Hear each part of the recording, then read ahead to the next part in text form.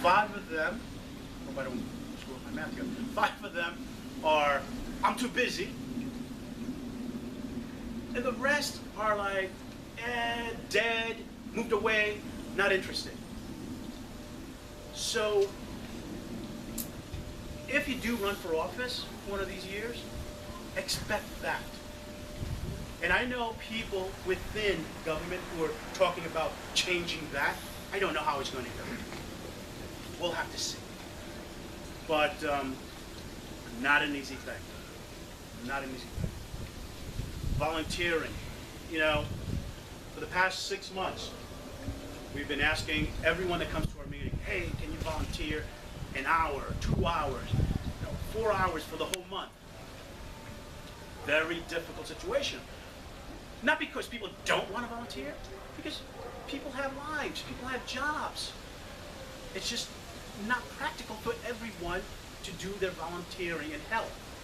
Understand that, yes. But whatever you can do to make it different, do it. If you feel that you believe in what he said, if you feel what you believe what he said, what they're going to say, don't worry about me, because I talk a lot of crap. You know, you can do it, but what does it take? A simple donation, or better yet, a phone call to a friend who lives in that district. That to me is worth more than the $10 donation.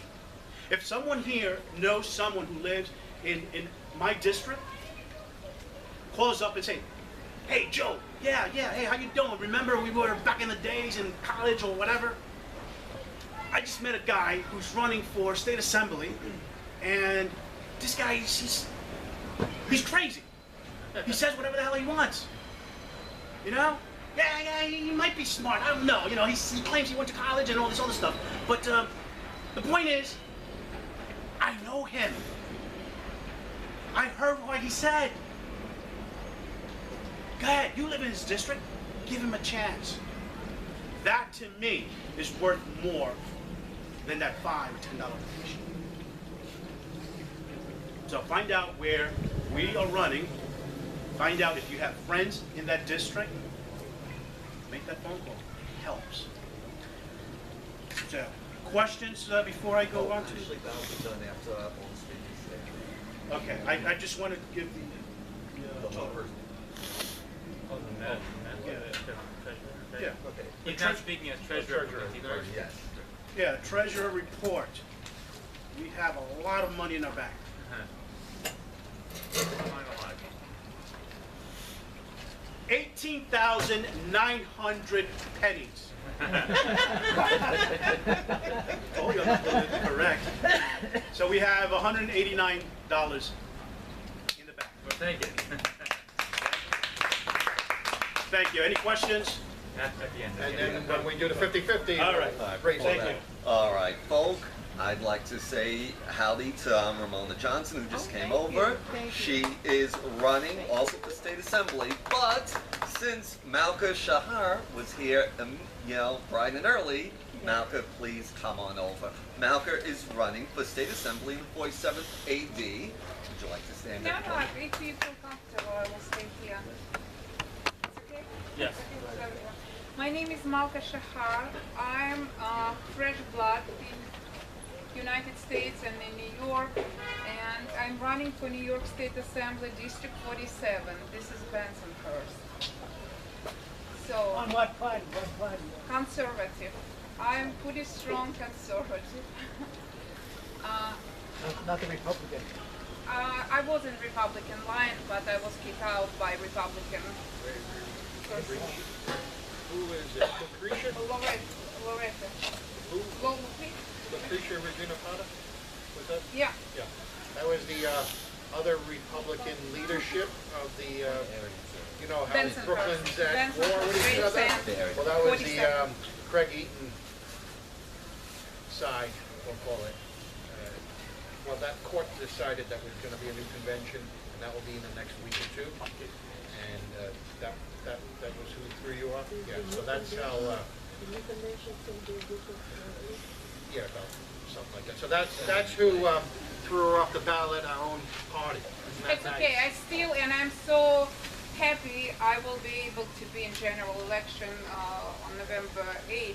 I'm citizen of United States for 1 year. I got my citizenship in 2015 in July. And I'm here. I can explain to you why I'm here. I have skills. I brought myself with my skills, with my life experience. I'm psychologist for 30 years.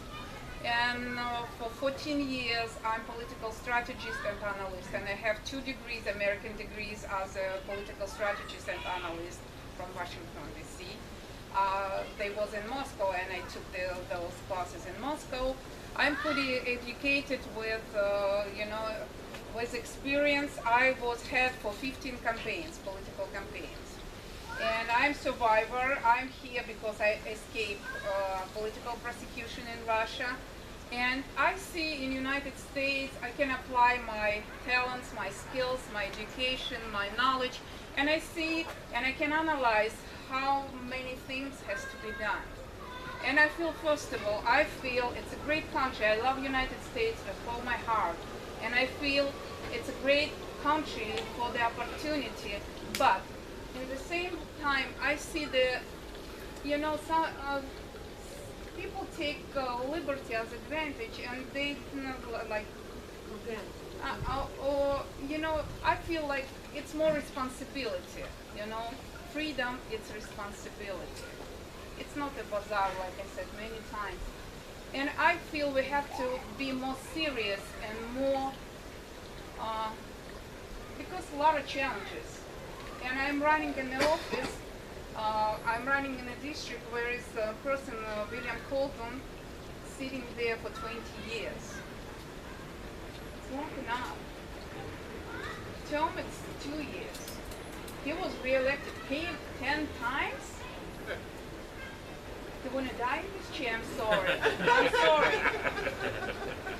I believe it's time for change, And another thing why I put myself in, why I'm running for the office, because we have a huge Russian-speaking community, educated, very good community, but they are not active. And I want to motivate them to be active, because we have this opportunity. We live in a nice country. We have to be involved in political movement.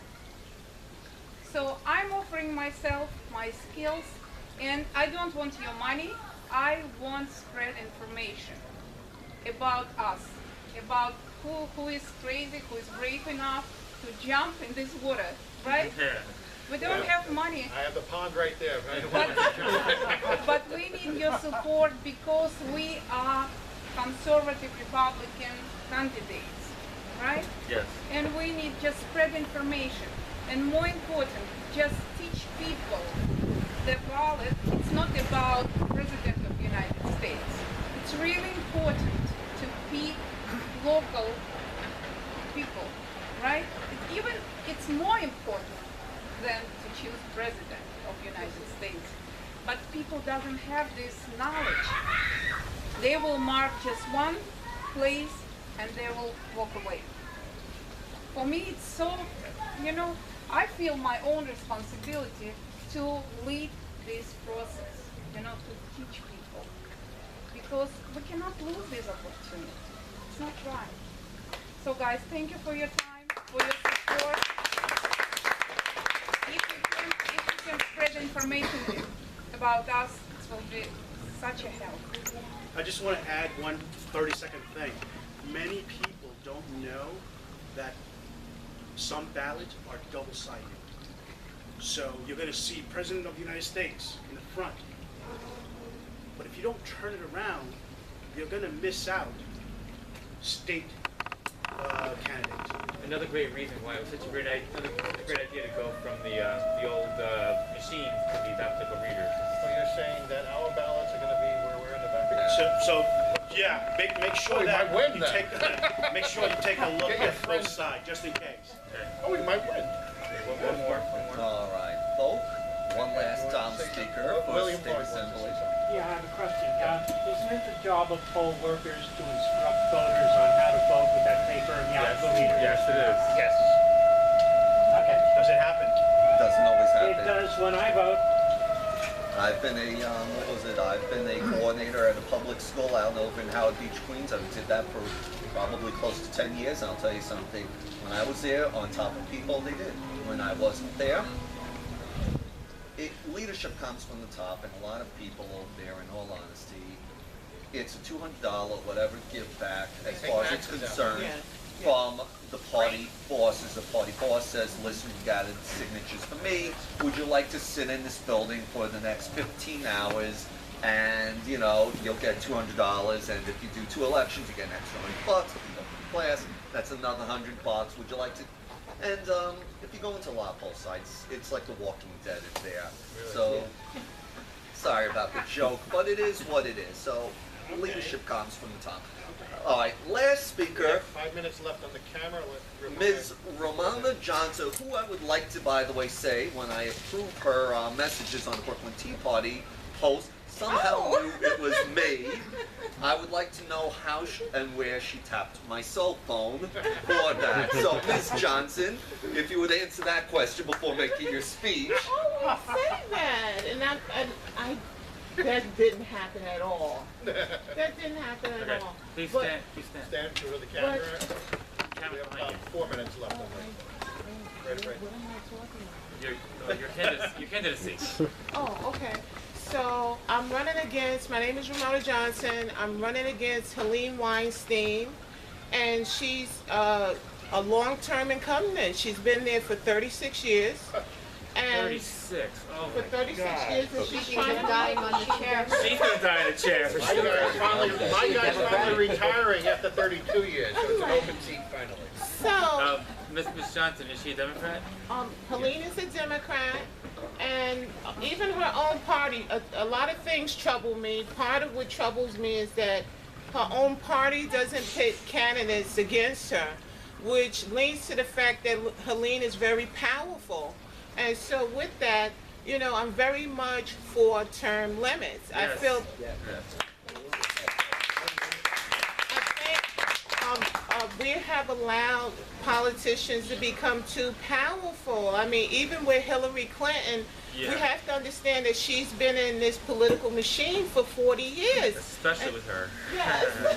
And so when people come up to me and they ask me what candidate will I choose, you know, it's very inflammatory. We hear in the news every day that people tear down Trump signs.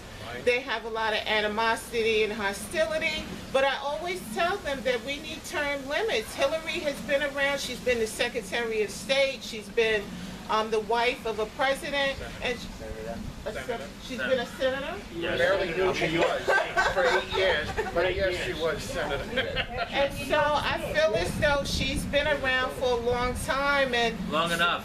long enough, and so we have to give everyone an opportunity. It leads into corruption and people that want power. A lot of negative things is being said about Hillary, and I feel like this could all have been avoided if we had term limits Good for point. all political offices. We need fresh ideas. We know everyone can see that America is being destroyed. And so with that, I never pull any punches. When I talk to people, that's one of the first things that comes out of my mouth. When people find out that I'm a Republican, they have a hard time with it. Your father's voting for him. I love it. So so You're with too young that, to vote. You'll learn. soon. So with that, Flying around for Halloween. part of what I try to share with people is that I'm a moderate Republican. I'm on the Republican and conservative lines, and probably some of my own party might not like some of my ideas, but I think they're good ideas, especially on economics. I think economically our country is going down the hill. I think that a lot of people get up every day and they ask themselves, well, why am I doing this? Why am I can't make ends meet. You know, I'm in real estate, that's my previous profession, and so I meet a lot of homeowners that can't make upgrades and repairs to their houses because they're retired. And so the cost of living here is very high. This is probably the 5th place where the cost of living is extremely high. And so, people are shocked to find out that I'm really for, they think that we're cold, callous people, Republicans, and we're really not. We have a heart for people. Please describe your district. My district over the last probably 10 to 20 years has changed a lot. I mean, we have a very diverse district. My district consists of Sheepshead Bay, Marine Park, Madison, East Flatbush, Flatlands, and so that's a whole community of diversity. We have people from Russia, the Ukraine, we have a large Jewish population, we have a large Black, a large Chinese, Hispanic, you name it, we have it in our district. And so we have to be able to meet everyone's needs, and everyone deserves that. We have to become more culturally diverse in the district. We have to promote cultural awareness and diversity in our district. What's the number of the district? What's the number? 41.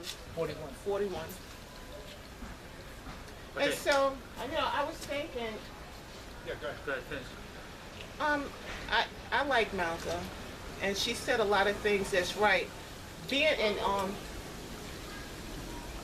Daniel. Remembers my name. I'm sorry, That's okay, Daniel. that's I'm okay. sorry. Daniel, you said a lot of things that were right, because when we go out in the community, no one knows how hard it is, and so you have to be a tough person. People probably look at me and they think that I'm soft-spoken sometimes, but you really have to be tough to survive in politics. And I think that, you touched on a lot of great points about being a candidate and going out in the community. I think a lot of what I found in the community was people were open, but it's like you said, we have to change the board of elections, because there's a lot of things wrong in Brooklyn. We had a lot of people that registered to vote, and they were on the list, but they found themselves removed. We have a lot of problems with the Board of Election, and I think that if we could solve those problems there, it would be just a little bit better for us. Okay. Absolutely. With the disabled vote, too. That's a big problem. Folks, I'd like to thank our candidates for Assembly for coming here this afternoon, which has turned into this evening. Yes. Folks, We're we are 10 going minutes to over. give 10 minutes for the 4 candidates to answer questions. So if you have a question We for have no more Malka, film. no more So film, we that's can fine. We don't have to do it on film, of That's course. fine. Oh. For Malka, Ramona, All for Brooke then. Glenn, or Danny, We'll freestyle. please, what was it? Just stand up, announce which candidate you have a question for. There. All right, so Malka, who do you have a question for? No, she just standing. Oh, just she's stood standing up. there. Oh, very good. misconstrued what you just said. Sorry. So, who has a question for one of our candidates?